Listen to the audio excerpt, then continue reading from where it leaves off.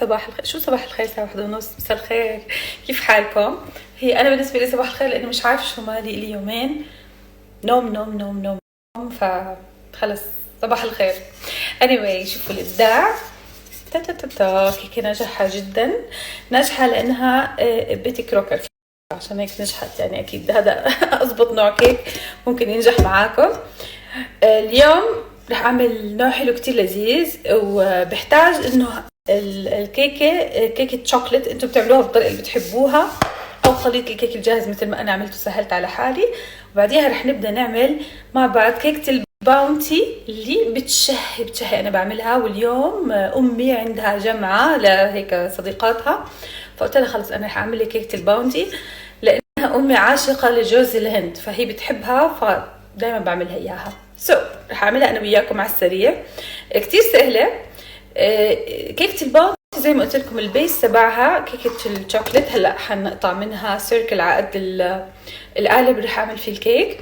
فوقيها بيجي طبقة فيها جوز هند وخلطة هيك لذيذة، والطبقة الثالثة حتكون براون يعني حتكون شوكولات. فهي أول طبقة صارت جاهزة، هعمل معاكم بالطبقة الثانية والثالثة، وهيك بنصفتهم فوق بعض ونعمل ألذ كيكة باونتي. لازم تجربوها يا حلوين. يلا ليتس جو. اسمعوا، هاي كيكة الباونتي أنا دايما بعملها بقالب التشيز كيك، بس لأنه لازم تعمل قبل بيوم نعطيها وقت تجمد، فما بدي أخاطر، قررت أعملها بهذا الجاط. وهي الكيكة، فحنقص على قد هيك الجاط من الكيكة. نفسي أعملها الحركة هيك أقطع فيها بصير ياي هيك، شايفين؟ ونعمل هيك. الصوص هيك، استنوا شوي هيك بنكون قصينا الكيكة بالضبط على قياس القالب. حقيم الأطراف وأحطها بالقالب، بس خلينا أغسله. حبيت.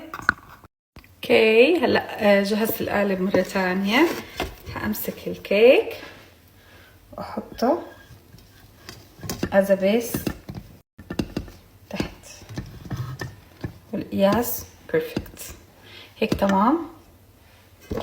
طبعا لين عم تستنى اطعميها من الكيكه، قولوا مايا وهاشم بالمدرسه كيف بدي اعترف لها انه هذا اللي ضل من الكيكه. شكل لازم اعمل كيكه ثانيه، بحب كلينو بس يعني سوري. بتعرفوا هاي زوائد الكيك انا دائما بعمل منها كيك بوبس، كثير بيحبوه الاولاد ولذيذ يعني، وبكون شكله حلو. يعني ممكن نستعملها نعمل منها وصفة تانية بس ليوم تاني إن شاء الله. هلا حبدأ بالطبقة الثانية. الطبقة الثانية نحتاج لها طبعا حليب، تقريبا بدي 3 كاسات حليب. هلا كل كاسة حليب بدنا كاستين سكر وكاسة نشا. اوكي، كاستين سكر وكاسة نشا. ورح نعمل مثل البودينج او مثل نوع من انواع المهلبية، بنحط عليها فانيلا كمان. عنا زي ما قلت لكم سكر، نشا، فانيلا مع الحليب، وكمان بالاخر بس تخلص رح نحط عليها كميه كبيره تقريبا كاسه كامله من جوز الهند، ونحركهم. هيك بنكون جهزنا طبقه الوسط اللي رح نحطها فوق الكيك. خلينا نعملها مع بعض ونشوف. اوكي حطيت هون الحليب على النار، 3 كاسات حليب.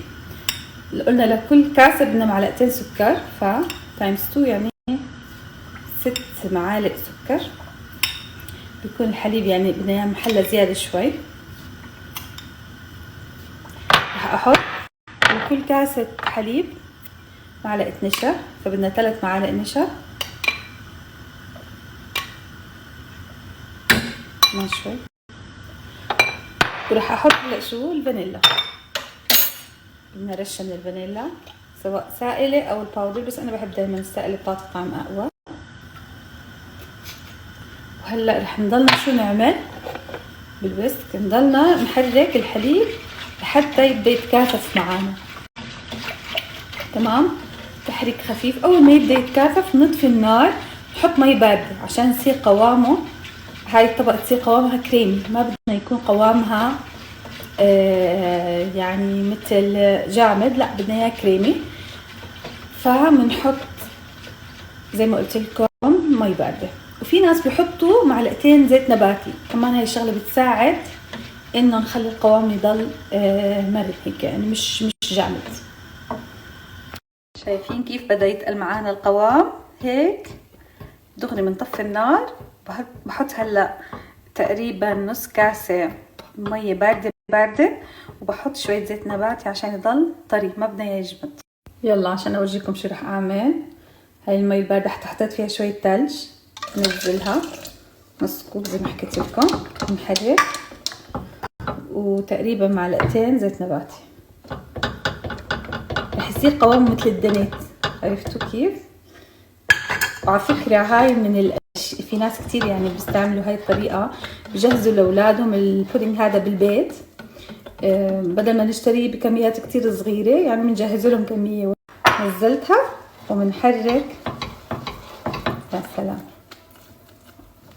هيك صار معانا الخليط تبع الطبق